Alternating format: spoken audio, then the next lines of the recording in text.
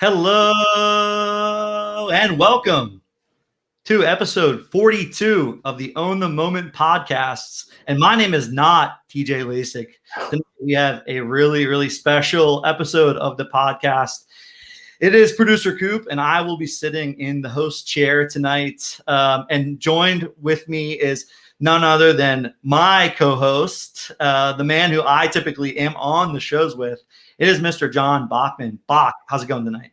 It's good. It's good. I wore my Ohio State shirt in honor of Mike Conley's amazing series. So, I'm sure lots of Buckeyes out there listening, throw some love. And otherwise, I'm just glad that we get to really show Justin and TJ how a show should be done. Wow, set the bar very high, Bach. Honestly, I'm just hoping we don't get fired after tonight. Truly just looking to stay employed. OTMNFT.com. Love you jumping right in with the OSU shirt that you've got on. TJ and I, obviously Penn State grads, so we have a little bit of the Penn State Ohio State rivalry intercompany. It's fantastic. And Justin's we have a big Buckeye fan too. So Justin's a fan of every team that's good. Imagine that. Obviously. Born in Cleveland fan. Now LeBron's a Laker. Who knows what he's really a fan of at the end of the day? Tampa Bay Rays, down in Tampa, winning Stanley Cups, winning MLB championships, winning Super Bowls. Yeah. Winning it all. Imagine trying to beat the Herzog in anything. Tonight we have a fantastic show set up and planned. I think we'll keep it pretty casual. We will not try to live up to the typical Wednesday strategy show where the Herzog bot brings up all of the analysis across the Top Shot marketplace. We will certainly hit on a few things Top Shot. I think the big goal of the show, big portion of the show tonight, is we want to touch on playoffs. We want to hit on what is happening with the playoffs. What does the first round look like? What are some of the things, the expected things that we thought would happen that are happening? And what are some of the unexpected things? I think a lot of series are tight for the first round. And I think that's pretty fun. We got two pretty close games last I checked going on right now. I'm looking for my Knicks to be able to pull out a win to force a game six. So we'll see if that's able to happen. But yeah, Bach, what are your thoughts so far on playoffs and what are some of the key takeaways that you've got from the past week plus of games?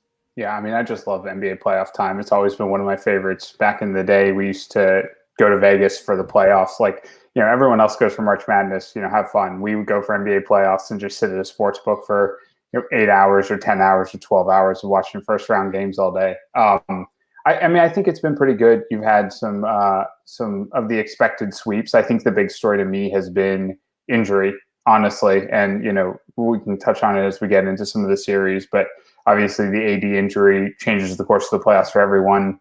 The Embiid injury looks minor, but, you never know and could change the course of the playoffs for certainly the Eastern Conference. So, a couple big name injuries, and you always expect something. But that I think has been the overarching theme, and then the Mavericks shocking the world and then coming back to earth quickly. So yeah, that series, I actually, when I was typing up and doing a little bit of research, I haven't watched a ton of Dallas Clippers. And I knew Dallas was up 2-0. I knew the Clippers came back 2-2, but it's seemingly flying under the radar, and it's probably, going to set up as one of the better finishes here as we go through the next week or so. So we'll see how that goes. But shout out to the chat too. Already got some good comments over here in the chat. I see some of the regulars as well. Ari Superstar, Corey, Kelly, HPO4. We're going to fire off the wheel as well, and we're going to give away some moments. Bach and I also have a few packs to rip, so we'll probably give away a few moments from those packs in some way, shape, or form. So we're gonna do some wheel spinning. We're gonna rip some packs. But yeah, let's just jump right into playoff analysis. So you want to start East or West, Bach? Let's start West. All right, let's start West. It's a little crazier over there in the West. So we'll start 1-8 Utah-Memphis game. I think Game 5 is tonight, right? That's right. Yeah, I think Game 5 tonight. Game 5, 3-1 and Utah. It's 3-1 Utah. I was watching a good bit of these last couple of games for anyone that followed the podcast on Monday. The Herzog bot on was it two? It was 2 games ago. He was like, "There's no way the Jazz lose this. Bet it all on the money line." Him, TJ, and I all had Utah, and we were fortunate enough to sneak that one out in the last couple of minutes. I think they went on like a 10-2 run in the last 2 minutes to win that one. So it was pretty fun. My takeaway from this series has been, man, Rudy Gobert is really, really, really good on defense. Like, his arms are insanely long, and he's got some crazy blocks. But the people want to hear from Bach. The people want to hear from the guy who's really grinding the tape. So tell us, what do you think about this series so far? Yeah, I mean, Memphis has looked better than I expected. They obviously took game 1. Donovan Mitchell didn't play. That's kind of a fluke. They're going to get swept in games Mitchell plays, but this is a Memphis team that I didn't think was going to make the playoffs. I didn't think they could beat Golden State in a 1 game. And I didn't think that they would, really put up much of a fight against Utah. And I mean, it's the NBA. Everyone's got to run. That's what they say. Ja has looked really good, like really good all series. So hold on. Let me stop you. How big is Ja? Like, because he's insane. Like, he's insane. He just gets to places really quickly. Yeah, I'm going to pull it up real quick. I want to say he's like 6'2", maybe. Okay, that's what I was thinking too. He seemed like he is plays way bigger than he actually is, because he looks pretty small. But man, he gets to the paint, better than most players that I've seen at the end of the day, and he's just insane. Like, it seems like he can score at will. Yeah, he can fly. The kid can jump out of the gym. So yeah, I mean, I think like that Memphis team is going to be good for a long time. They've got a lot of young players, a lot of young talented players. I don't think Jonas Valanciunas is like the long-term answer at center for a real contender. And, they've got some moves to make, but I think that to me has been, on the Memphis side, just more fight than I anticipated, which is fun to see. Memphis has always been a fun team. And then on the Utah side, like, they're just so deep, and they can beat you in so many ways. They're really good offensively. They're great defensively, anchored by Gobert. Like you said, I mean, you think he's on the other side of the court, and all of a sudden the shot's getting stuffed down someone's throat. Like, I don't understand where he comes from. Donovan Mitchell is a great scorer. Conley playing like he is right now, averaging 20 and 10 through the first 4. Like, he's probably been, the MVP of their series so far. And I think it's just, they're going to be, and then their bench is so deep. Ingles and Bogdanovich. Well, Bogdanovich starts, but they're kind of ancillary guys. Ingles, Bogdanovich, Clarkson are so deep that they're going to be really tough to beat, regardless. Weirdly, they've only played 10 guys in the entire playoffs, and most teams have gone 12, 13, 14 deep, and they've only played 10 guys, with one of them getting like 10 minutes in the playoffs. So I do worry a little bit, like, get how much run they're going to have. But if they win in 5, and Denver and Portland certainly going to go to 6 at least, and quite possibly 7, they should be all right.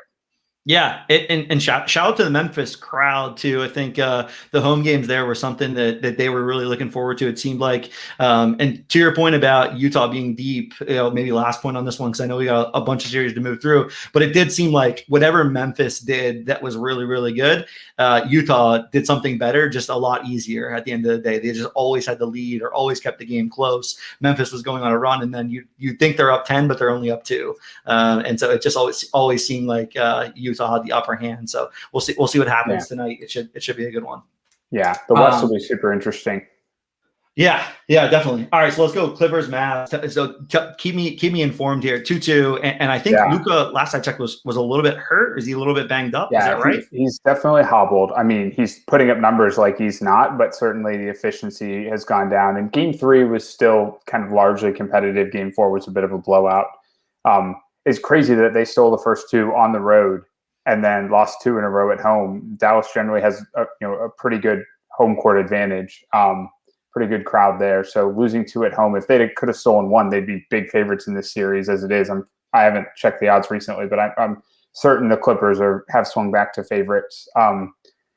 And ironically, like, Serge Ibaka hasn't played in any of the 2 games that they've won. So that'll be interesting to see what that means for Serge going forward, his role, at least in this series. But yeah, I mean, the Clippers just look lost. I mean, for a team that you expected to be elite defensively, Dallas was scoring at will on them. And then, they kind of figured it out in game 3. And offensively, they've been surprisingly efficient, despite the fact that it really hasn't been anyone but, Kawhi and Paul George. Yeah, I was going to say, it seemed like Kawhi really stepped up to the plate. Game 3, Game 4, what became the superstar that everyone knows that he can be, and ultimately just sort of took over at the end of the day.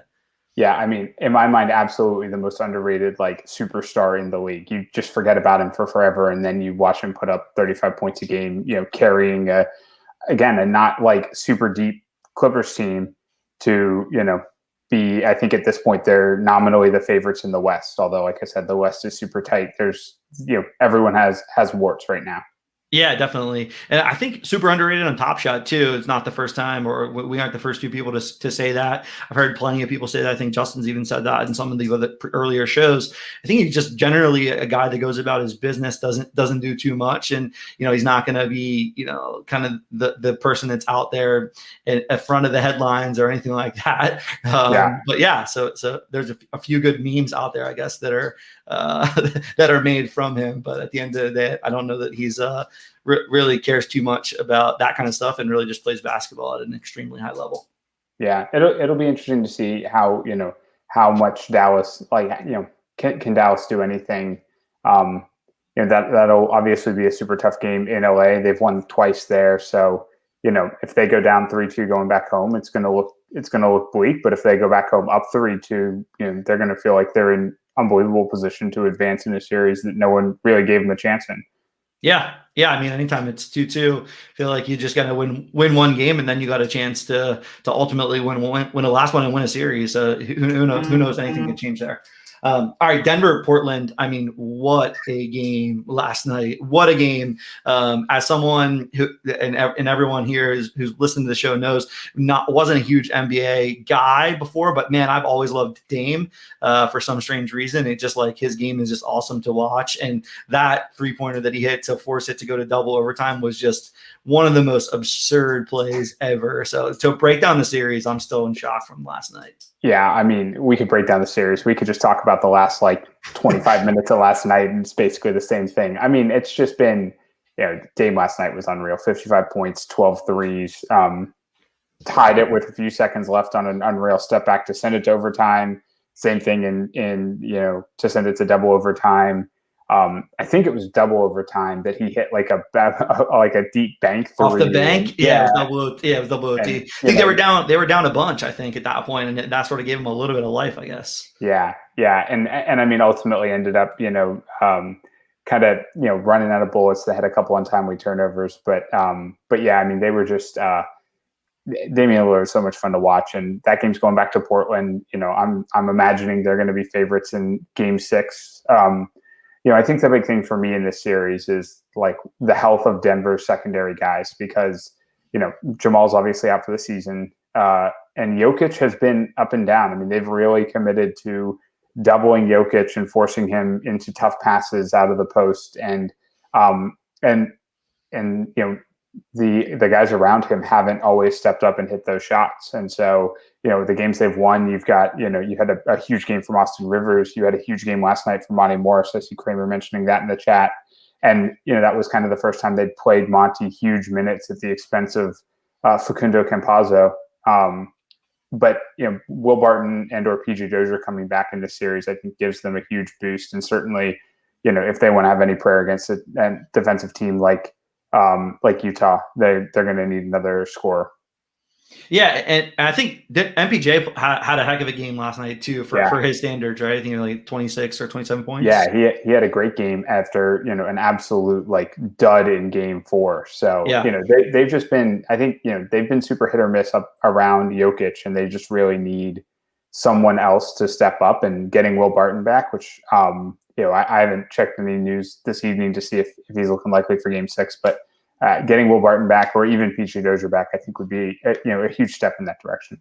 Yeah, definitely. Minutes are going to be a big thing coming down the stretch, especially in the West. I feel like there's going to be tougher and tougher series as we move forward. And if you're having to play almost every minute, it's going to be tough on some of these superstars. So we'll see what happens. All right, you could see last night. You could see Jokic sucking air running up the court in double OT, and then he hits a deep three with some guy in his face. So. Shout out Team Hold and Zakarian. I was listening to his show today, and he had a great tweet about the fact that Jokic just always looks like he has a cold. He's like a walking Mucinex commercial, which I was cracking up laughing because I watched a little bit of the end of that game, and man, it did seem like that. It seemed like he was just under the weather, so I was cracking up. Shout out to those guys. All right, so let's move on to the dud that was the Lakers versus the Valley, the Suns, man. Yeah, I mean, the Lakers are just a two-man show, and one of those two men is sick and in street or is hurt and in street clothes, so not much hope for LeBron. And man, LeBron just looked super disinterested last night. I don't know if it was teammates or what it was, but he just looked super disinterested. But yeah, break it down on the Phoenix side of the ball. It seems like they're a really, really, really good team, kind of from CP3 or from Chris Paul outward. Yeah, I think Paul's health will be huge for them going forward if they get out of this series. And obviously, like you said, it's a two-man show without AD. They're not going to advance. It's just not going to happen. I think if AD comes back, they have a chance. But the Suns, I think it really hinges around Chris Paul's health. Cameron Payne has played really well with him hurt. Arguably been their kind of third or fourth best player in this series after not doing a whole lot during the regular season, spelling him. And Jay Crowder has had good moments. I mean, I think the Suns are just one of those teams where they've got a lot of guys off the bench who could come in the game and hurt you. And you never know who it's going to be on what night. But Booker and Paul are going to be good. Ayton's going to do okay. Crowder and Bridges are going to be tough defensively, and then you've got some guys behind them who can come in and give you some good minutes. So yeah, I think the Suns. I was surprised when the initial lines in this were like plus 240, and they very quickly moved to plus 120. That feels fair. They won game one. Paul got hurt. They lost a couple, but if AD's out, it's over. Yeah, I think it's a tough road to hoe without AD. So we'll see if he's able to get back in the game and see what happens. And shout out to chat, really good chat comments out there. Jonathan with I'm turning my hat around backwards to join the fun. Like the stream, Rubio 4 for life, doing God's work. Yes, like the stream. Give us some likes. We need to stay employed as our co-founders watch this late in the evening tonight. Yeah, they're going to give up after 5 minutes. Yeah, I mean, interesting to see that from him, but we'll see what happens. Yeah. So Bach, keep me honest in the West. So if we think Utah, Clippers, who knows, between Denver, Portland, and then the Suns win, how does the second round work? Is it automatically Utah versus Clippers or Mavs, or is it low seed? Yeah, it would be in that scenario. It would be Suns, Clippers, and it would be Utah versus Portland or Denver. Okay, which I think both would be great series. Utah would definitely be the happiest out of that draw. Playing teams that are going to be probably less well rested than they are, and just less good on paper. So. Yeah, and could go 7 at the end of the day. I guess that'll be a big thing. So we'll see what happens. All right, so let's bounce over to the East, where I think injury is the biggest topic of the day. We'll break it down. Philly, Washington. The game's going on right now. Yeah, I don't have the score. I have it up right here. In front of me. 89-83 Sixers. Okay, so Sixers look like they've got, what was it, late third, middle third? Yeah, late third, 89-85 now, late third. So close game. And I mean, the line on this one was still Philly by 6. I was a little surprised by that. Yeah, me too. I fired the Knicks bet, and I was going to fire Philly too, but I was like, 6 without Embiid was way too many points to be getting. That's what I thought. But Vegas knows what they're doing, I guess. But yeah, I mean, obviously TJ's a big Sixers fan, so I felt for him with the Embiid injury.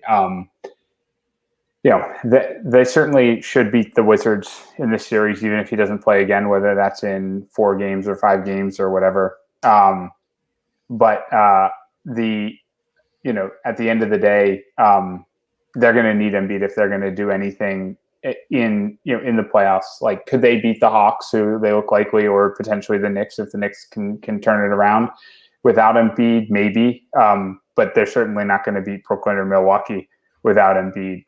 All indications, everything we're hearing is that the Embiid injury is minor, but it's gonna determine a lot for the playoffs.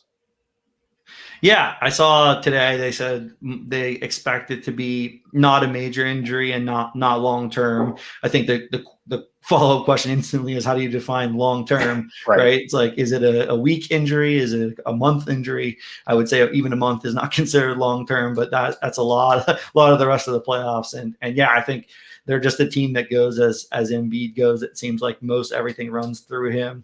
So without him, it's pretty much a tough road, especially staring down the barrel of a Brooklyn or the Bucks, and we'll certainly get there. But looks like they may be able to wrap it up tonight. We'll see. All right, so my Knicks versus the Hawks tonight. Tonight's a big one.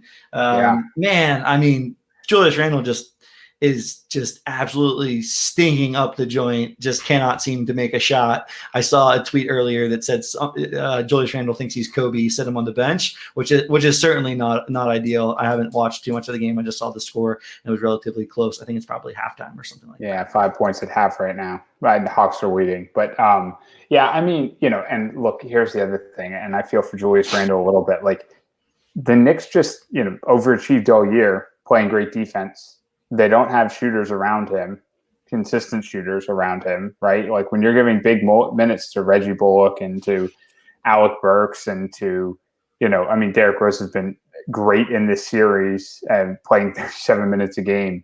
But like their centers are Taj Gibson and Nerlens Noel. They just don't have scorers. And, this is the playoffs. This happens every year, right? You see guys kind of dominate in the regular season because no one's focusing that much defensive energy. And then all of a sudden we're going to make Julius Randle,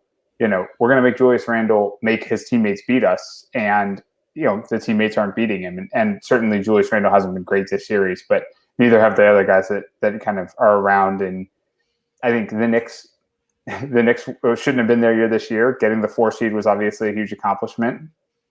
It'll be really interesting to see what they do in the offseason. Tibbs has a little bit of a tendency to not rock the boat and find some old gnarly vets to play 37 minutes a game in the playoffs, but they need some scores, right? And RJ Barrett's been fine this series, but they need some more scores.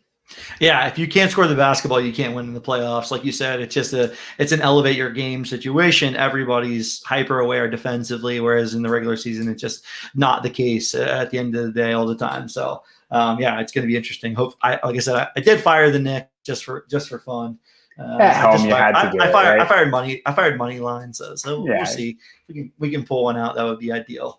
All right. So Bucks and Heat. Bucks get the revenge sweep. Anything to note other than the Bucks just crushed the series? Yeah, I mean, they were like, game 1 was super close. Middleton hit that great game winner, and then game 2 and 3, and really game 2 and 3 were absolute blowouts. And game 4 was close for a while, and the Bucks pulled away. I mean, I think the big thing of note, Dante DiVincenzo, who's been starting for the Bucks all season, is out for the playoffs with an ankle injury.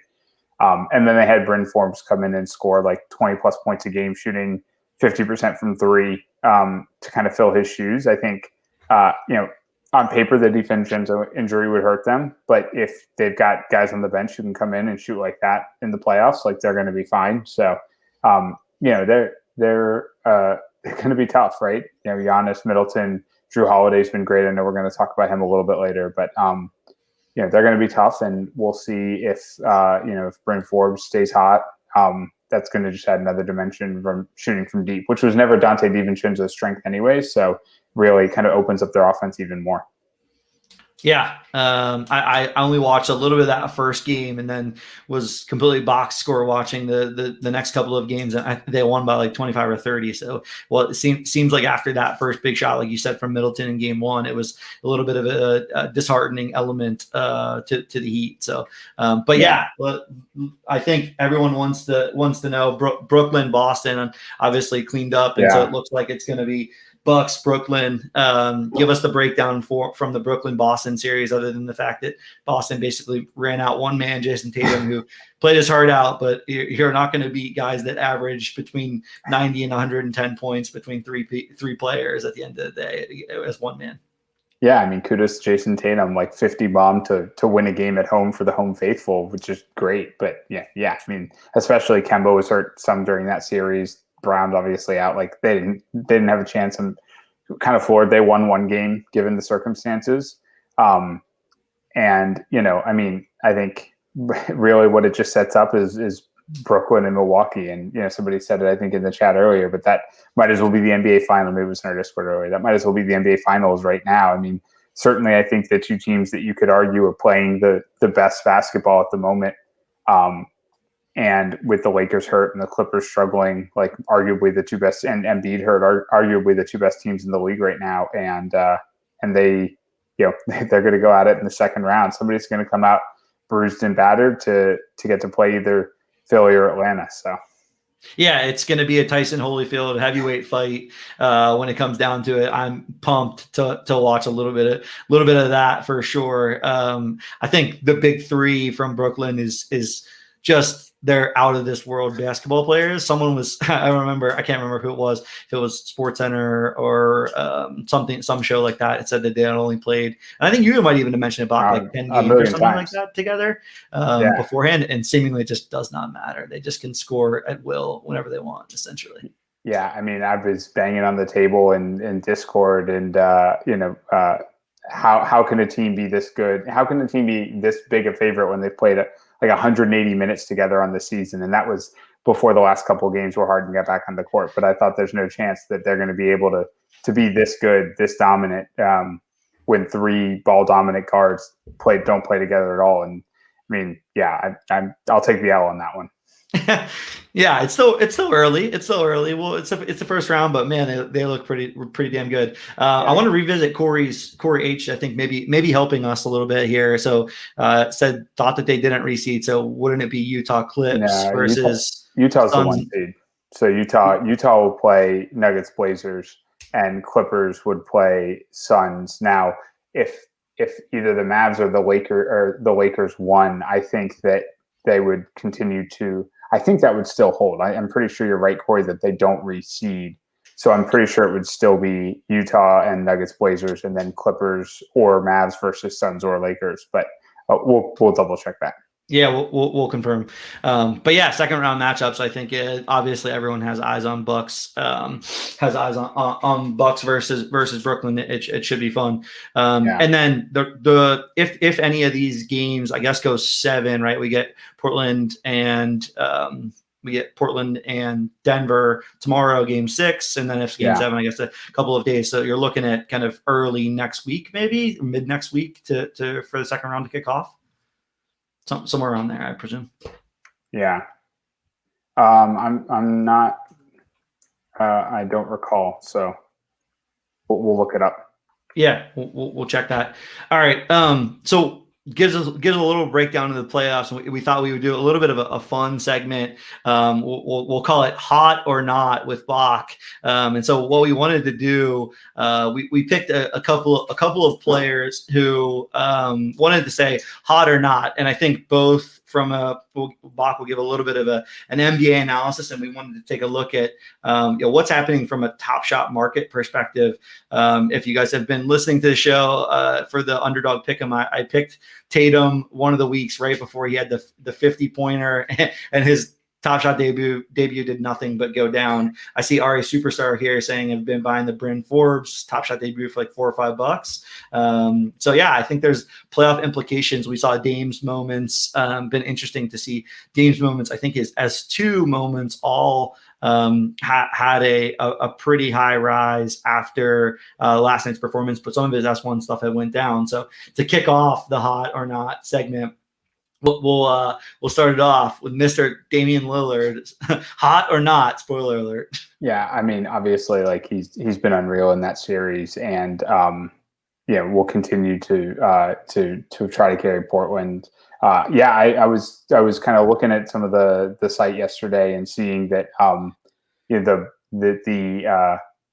looking at the site yesterday, seeing some of his moments were increasing in price after the bomb. I mean, it's so tough right now with just the overall state of the market where you see stuff kind of move a little bit, but in general, and I saw Osmo had a tweet about this, a couple of days ago, like market trends are really just dictating what's happening with anything.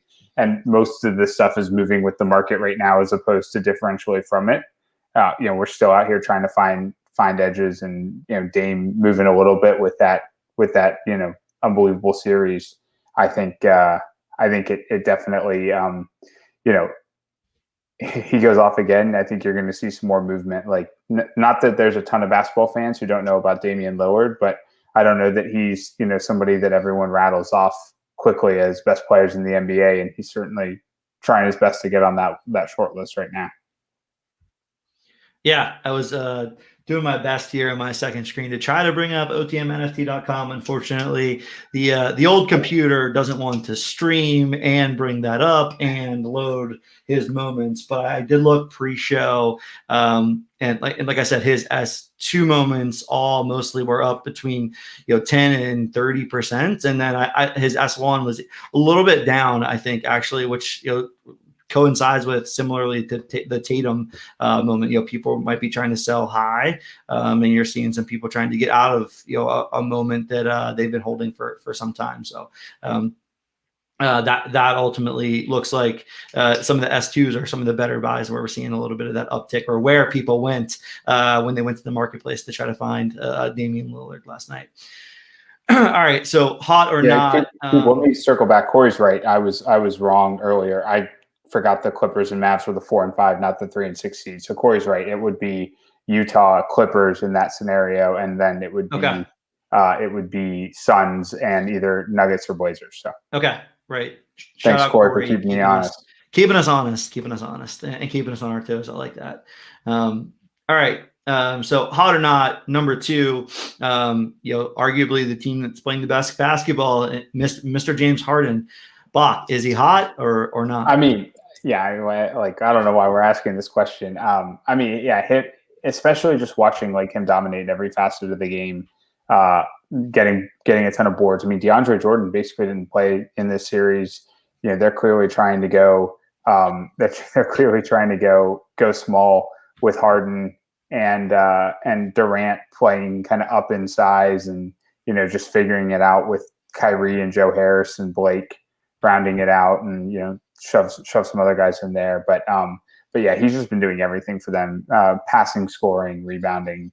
He's been awesome. And again, another guy who I think, it's kind of a weird thing, right? Like in the summer of Top Shot, or I guess the spring of Top Shot, for the most part, he hasn't been, much of a, he hasn't been much of a factor this year between Houston and then between his time in Houston at the beginning of the year and the trade demands and then the injuries. Like, we really haven't seen James Harden going off while Top Shot has been a thing, and I am really curious to see how much that's impacting his value. Clearly, everyone who knows the NBA knows who James Harden is, but we've not gotten to see him really go off in the national spotlight like we have some of these other guys yet.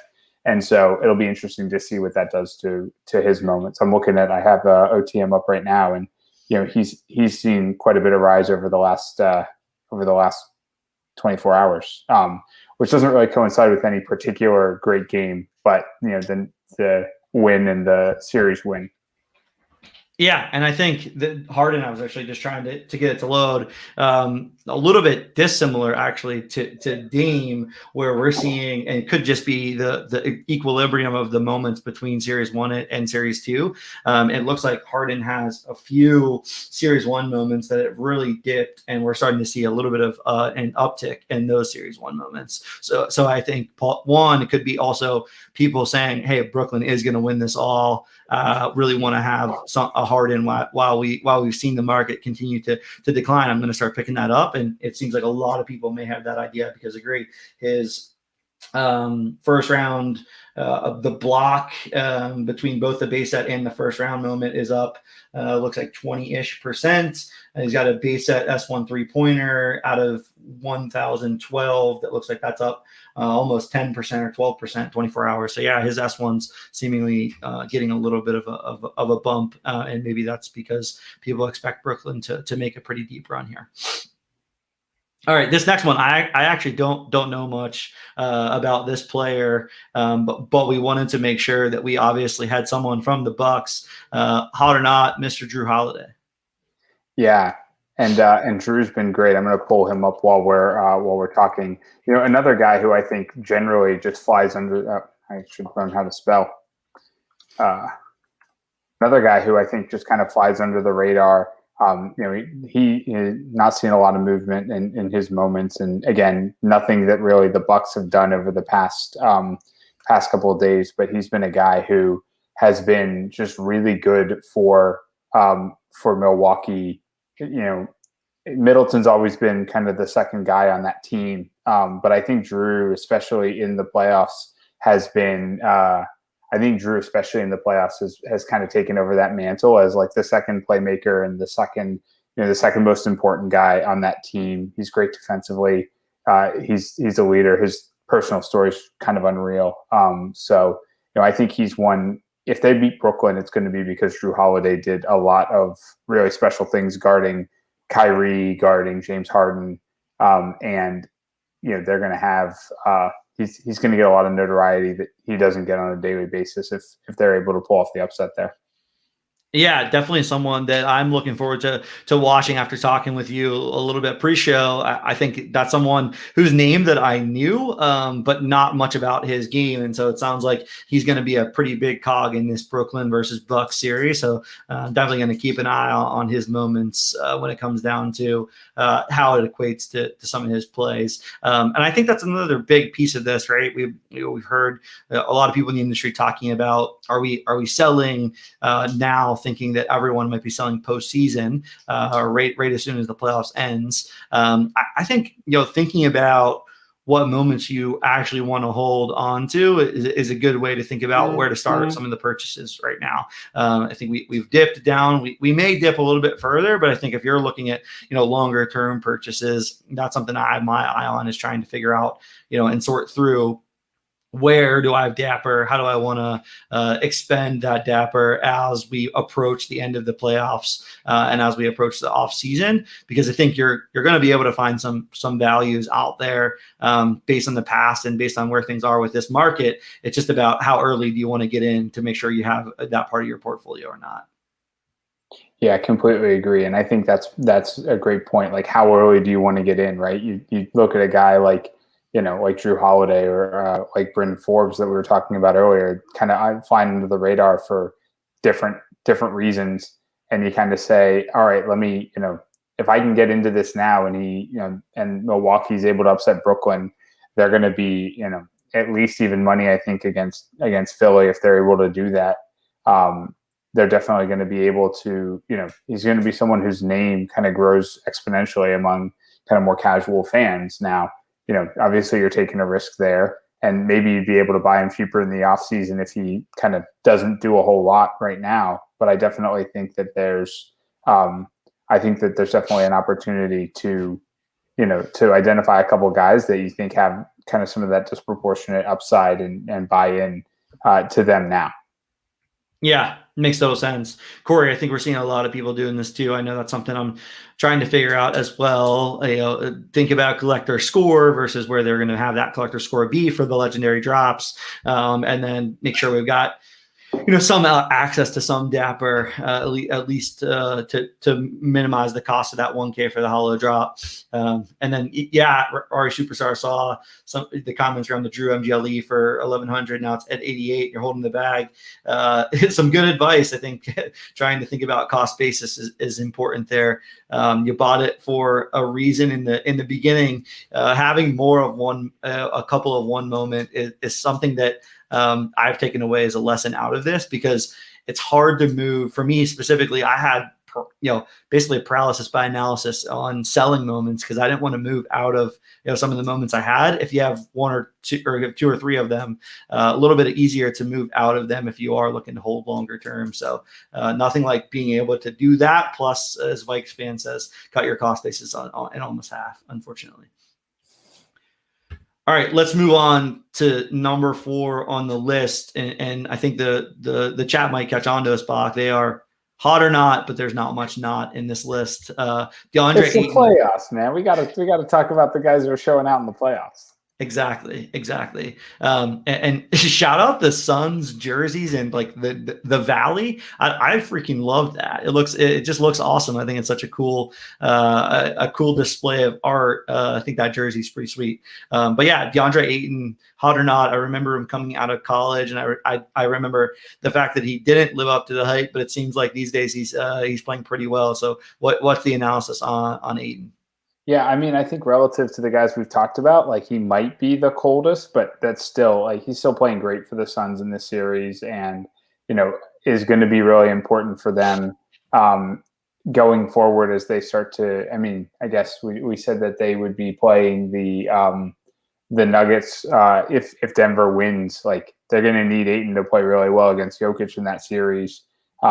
So, I mean, and certainly if they were to advance to play Utah, they're going to need him to play well against Gobert. So he's going to be really important for them for the rest of the series.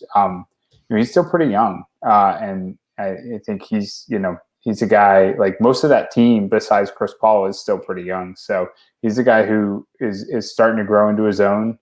And I think, has an opportunity to continue to gain a name for himself across the NBA, and a guy that not a lot of people probably know that much about because the Suns haven't been good and he hasn't been particularly good for them until now.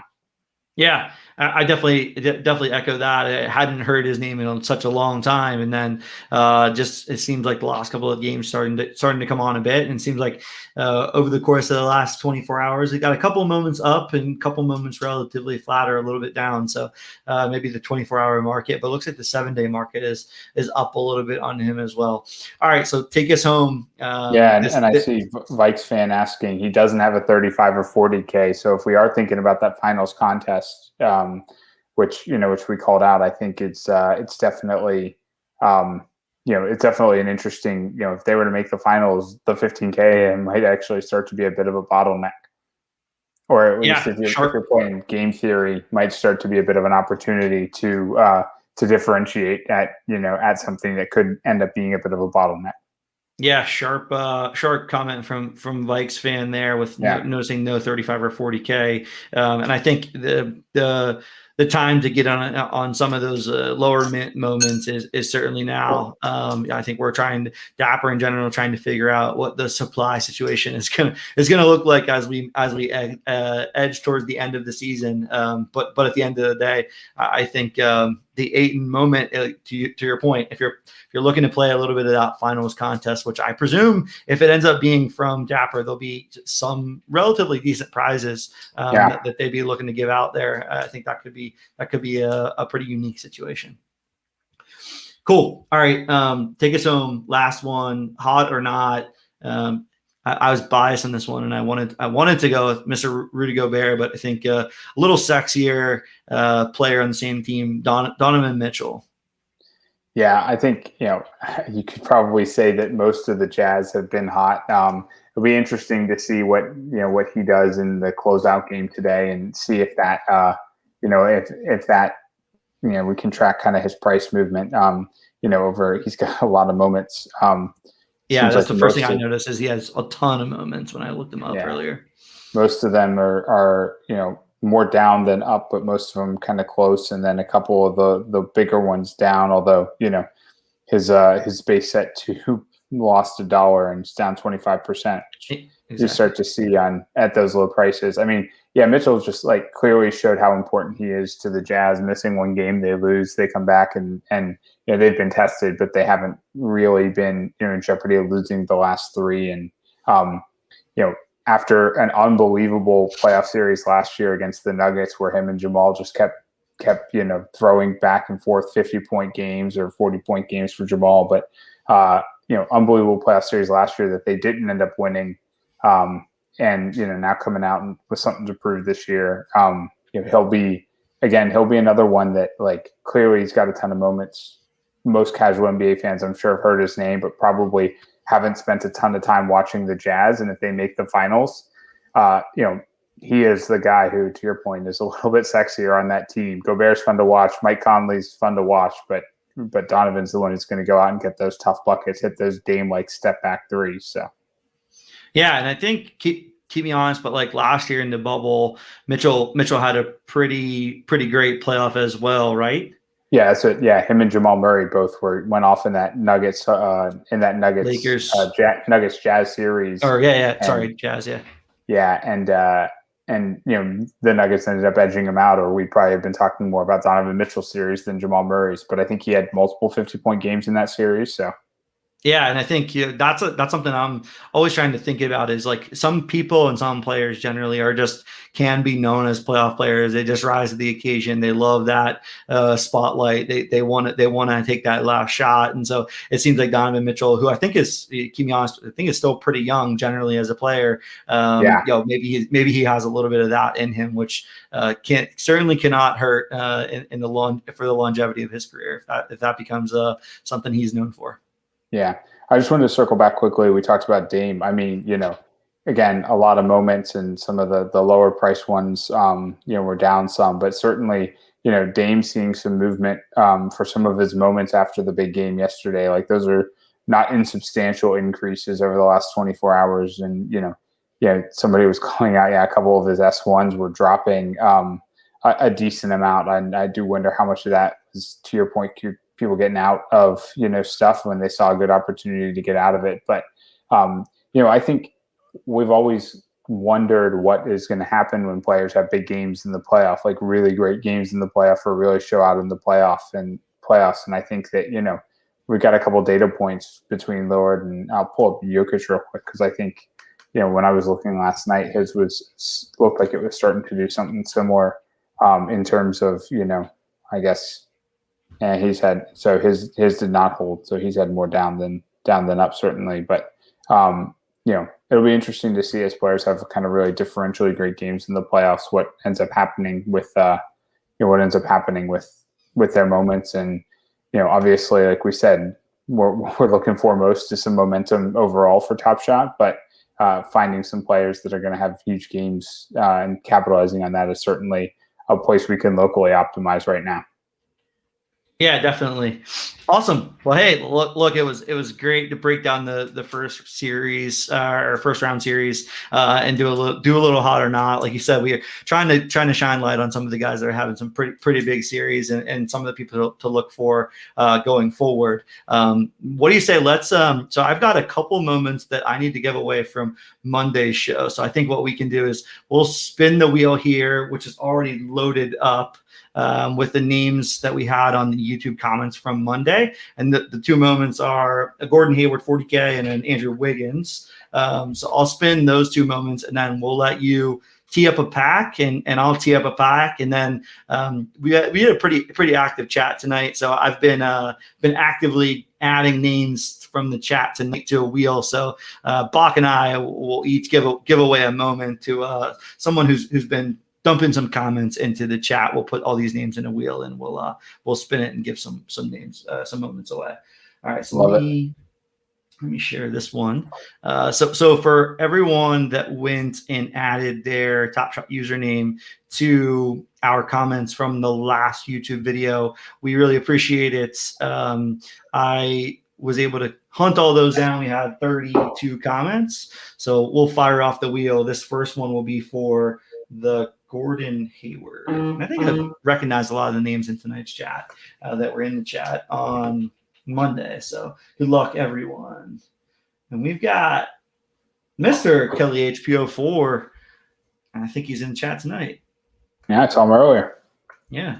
Congrats, Gordon Hayward. Coming your way once I've been able to hold the moment long enough to gift it. And then we'll do one more for the Andrew Wiggins.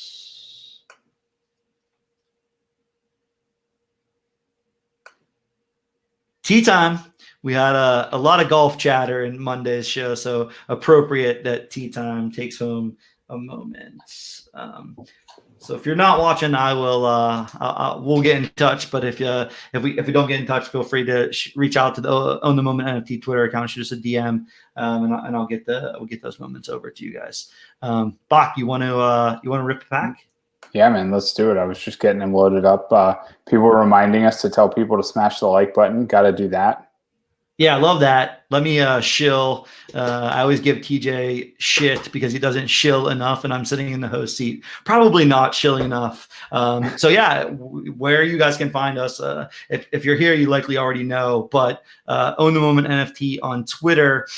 Give our YouTube videos some likes and subscribe to the channel to find out when we're going to be going live. We're pretty scheduled at this point. Shows on Monday, Wednesday, and Friday. Bach is putting out some fire written articles and updates to our OTM player rankings in the Discord channel. If you're not in the Discord channel, shoot us a DM. We do have a little bit of a wait list right now, trying to figure out ways to provide some fast passes. I know there's been people waiting several weeks at this point. And then, yeah, shout out Eric. Today was a big day. 20K Twitter followers. So we've been trying to do as much as we possibly can to move that needle. So much appreciated, everyone who's been following the content. We're doing our best and looking forward to any suggestions that you have. I know the Discord general server has been back and forth today. Sawyer from Top Team Hold has been in there mixing it up. So we like to see that. Yeah, I told TJ that take a screenshot of the 20K followers. We might lose some after our stream tonight, but yeah, me and Bach could be responsible for dipping back below the 20K number. But I think we're doing pretty good. Chat seems pretty lively, which is awesome and always something that we really appreciate. Yeah, Eric, yeah, Discord exactly. has been spicy. Definitely has been. All right, let's rip All some right, packs. here we go, man. I'm pretty sure I did the share audio correctly. So can you see? All right. Yeah, let me add you in. Yeah. I like that. I saw this earlier too. The playoffs are here. Reserve your playoff common pack. I hit reserve on mine 25 minutes before the show. So if you haven't done that, it's out there. Similar to the commons common reserve packs previously. I'm not exactly sure. I probably should know this. I'm not exactly sure when those will come out, but I know you can reserve them now. There it goes, June 11th. Oh, perfect. June 11th. All right. Let me add, you rip it open and let me add your names. Perfect, we got sounds. All right.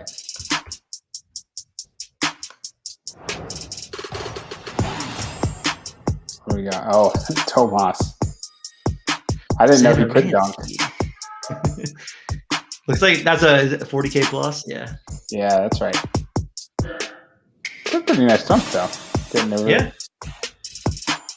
June. All right. Let's see. What do we got here? Oh yes, Russ. One of my favorites, man. I've been on the Russ is the most underrated player in Top Shot bandwagon for a long time. His shooting 32%. Yeah, his shooting 32% in this series didn't really help me, but all right. Let's see, what do we got? Oh, James Harden. Perfect. Nice. Yeah, that's for a my good fact there. finals challenge. Awesome. All right. Well, I guess, since I'm showing the Russ is the most underrated player in Top Shot, I got to share the love. So we'll give the Russ away then. Wow, he's giving away the Russ? I've got a few.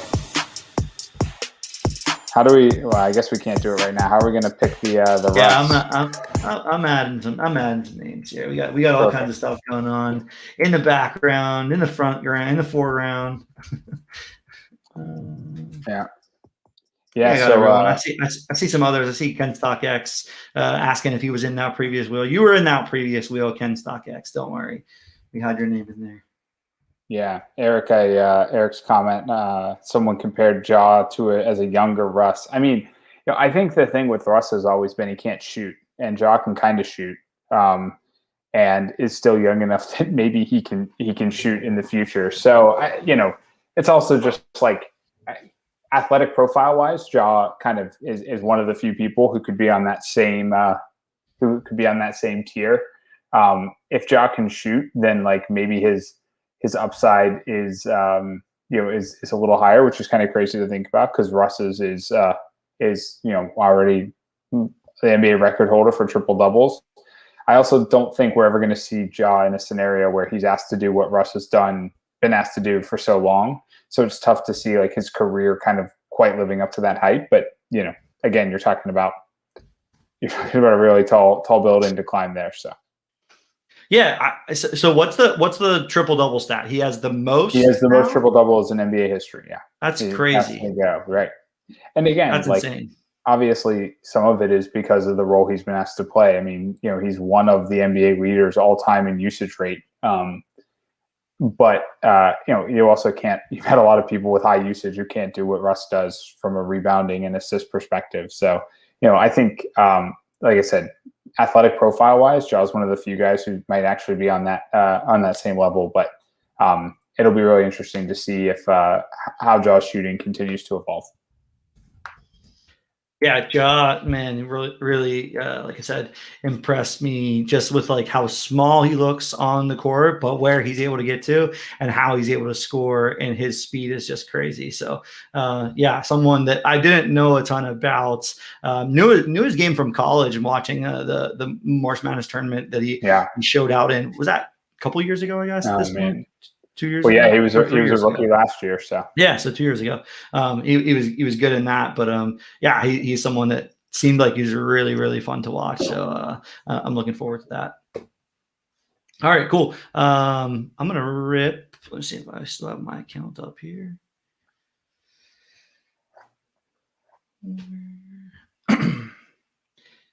I want to, while I do this, give TJ a little bit of credit. Sitting in the host seat is certainly not the easiest. So but I know I like to give him crap behind the scenes. Yeah, he has you behind the scenes, and you have no one. You just have me talking in your ear the whole time. So nah, it's all good. It's all good. We're multitasking and making it happen. So it's been a fun show. All right, let me make sure I share audio. Otherwise, I'll get crucified. Share audio. I want to hear from the chat too for this one. What do we want to open? I've got a pre-order 24. But I'm not actually sure what's still in the pre-order 24 versus the release at 30. I've always thought sort of the base sets were a little bit better, but I actually don't know anymore at this point. So what chat? What do we want to open? Can I rap? I love Ken StockX. Can I rap? No, I certainly cannot rap. Base set? I hear base set. Which one? Base set 36, 34, 32, or 30? Eric, no, I'm not pseudo strategy of hodling packs. I'm happy to open packs, but it's more fun to open packs on stream. And I'm typically behind the scenes, so I'm just hodling them until I get to open them on stream with you guys. All right, I'm seeing a couple 30s, so let's do 30. Couple 30s. Yeah, let's do 30. All right, let's do 30.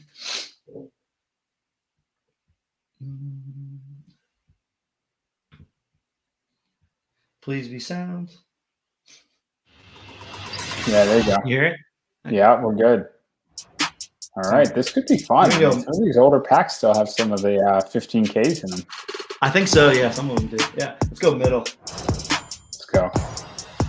Oh, nice cereal. Michael Porter Jr. dunk. Like it. Yeah, that's awesome. This is a slam. I'm pretty sure. Yeah. Yeah. Oh, obviously, your boy Nikola Jokic right there with the great pass. Great dish, like that. All right, let's go number 1. Never go middle. Raymond's over here telling us we were going to get something different if we'd opened them in a different order. Never go middle, yeah. Malik Monk. I don't really know much about Malik Monk. Kind of a cool moment, though. Yeah, it's a nice little layup. I think he's going to have to find a different team if he's going to ever be a big name. There's too many good young guards in Charlotte right now.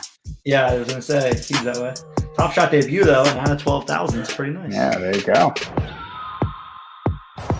3-3-2-6-5. Oh yes. THT? Yes. This is great. This is amazing, yeah. I've liked this moment from the first time I saw it. So I think is this top shot debut too, right? I believe. It's out of 40, so it wouldn't be, but I'm surprised. Maybe he has a 12K and a 40K now. Oh yeah, you're right. It's not. He must have another one.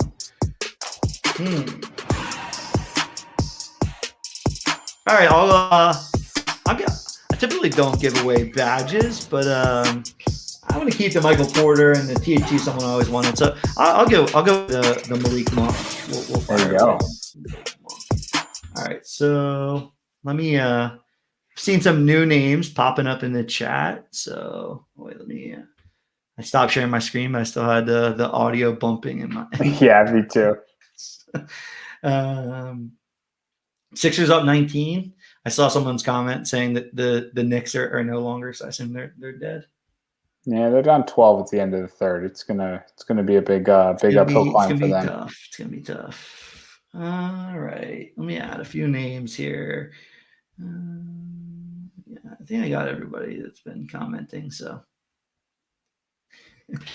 BBLL got like Coop out of the cage. That's funny.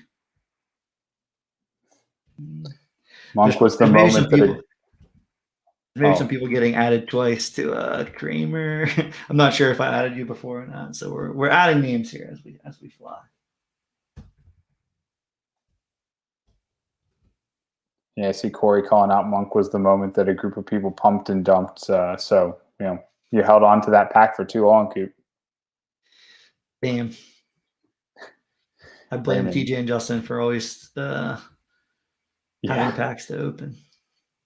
Raymond, all right, dancing cool. to music helps get lower serial numbers. Well, you're going to have to tell TJ and Justin that. That's a good one. All right, let's share. We've pretty much added everyone. If I missed you, you can call it out and be mad at me. All right, you want this first one, Bach, for yours? What are you're giving away? Which one? The Russ? The Russ, yeah, I got to give away the Russ. I feel like the Russ got to go last. Malik Monk's not worthy of going last. So let's do Malik Monk as this first round. Right. I'll do Russ as the last one. All right, winner gets the Malik Monk.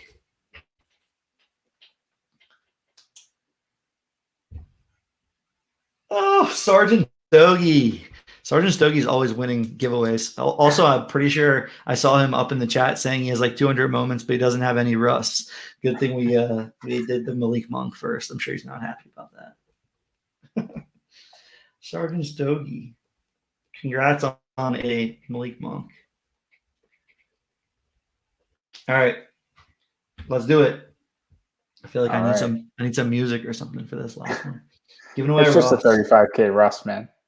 Yeah, that's true. We're not giving away the OTM Cosmic Russ. Thank God. Or I guess Hollow Russ. Yeah, Hollow. Justin Y.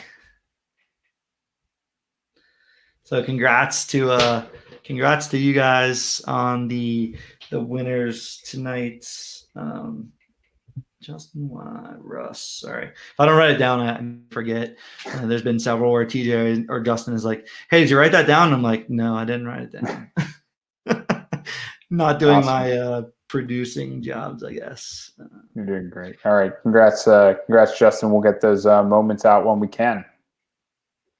Awesome. Yeah, I think we'll have to hold obviously for 7 days. But yeah, Bach, great show tonight. Really fun. Always getting to chat with you and pick your brain on NBA. I feel like I'm much more equipped on what's going to happen at the end of the first round and really pumped for second round series. So maybe we'll have to convince TJ and Justin to take a trip into the backwoods. Before we go, Kelly had a comment above that I think we may get to spin the wheel one more time. Oh, he wants us to fire it again? Yeah, he said he's already got a couple Haywards. So he was gonna let us spin the wheel, give it back to someone else. Wow! All right, we got it here. We'll fire it one more time. Shout out to Kelly HPO4, man. What a guy. Let me fire it back up.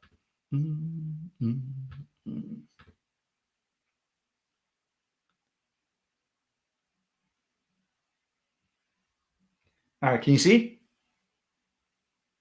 Yeah, we can see. All right, Kelly, don't win this one because that would be. Yeah, Kelly, if you win this one, I guess I could take you out, but it would be pretty funny if you win. So I'm just leaving you in. All right, this is for Gordon Hayward, 4 out of 40K. Good luck, everybody.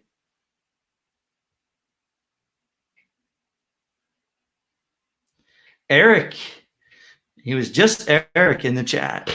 So, Eric, you are the winner of a Gordon Hayward. So, shout out not to me, but to Kelly HP04 for being so generous and gifting that back to the OTM community. Pretty cool stuff.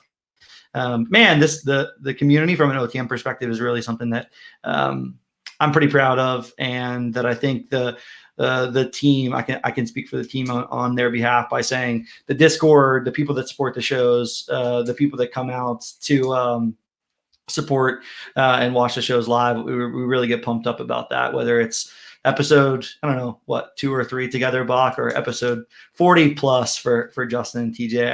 I know we still get pumped up. So really thanks for that. Bach, any final words for the people? Now go forth and watch some NBA playoffs, man. Best time of the year. Yeah, it's been fun already, and man, I'm hyped for Brooklyn and the Bucks. It's going to be pretty fun. Well, everyone, thanks for hanging out with Bach and I tonight.